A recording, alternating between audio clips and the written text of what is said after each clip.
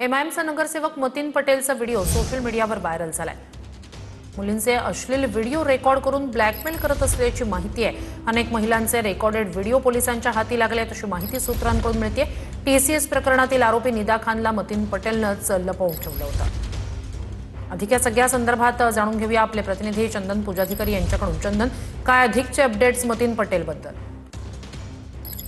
श्रुती, हा तोच मतीन पटेल आहे ज्यानं या ठिकाणी फरार असलेल्या निदा खानला जवळपास 42 दिवस आपल्या घरामध्ये आसरा दिला होता। याच मतीन पटेलवर असा देखील आरोप आहे की त्यांनी आतापर्यंत अनेक महिलांना लव जिहादच्या जाळ्यात अडकवलेला आहे। त्याचे काही व्हिडिओ सध्या सोशल मीडियावर व्हायरल होत आहेत, ज्यामध्ये तो महिलांची अश्लील वर्तन करत असल्याचं बघायला मिळतंय।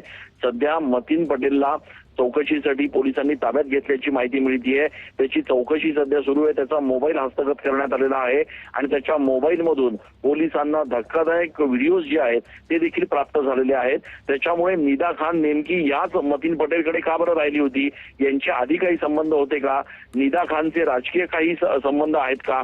याचा देखील तपास आता या संपूर्ण प्रकरणात केला जातोय। त्याच्यामुळे टीसीएसच्या या सगळ्या प्रकरणामध्ये हे दिसतं तेवढं छोटं प्रकरण। नक्कीच चंदन, अपडेट्स घेत राहणार आहोतच। तुर्तास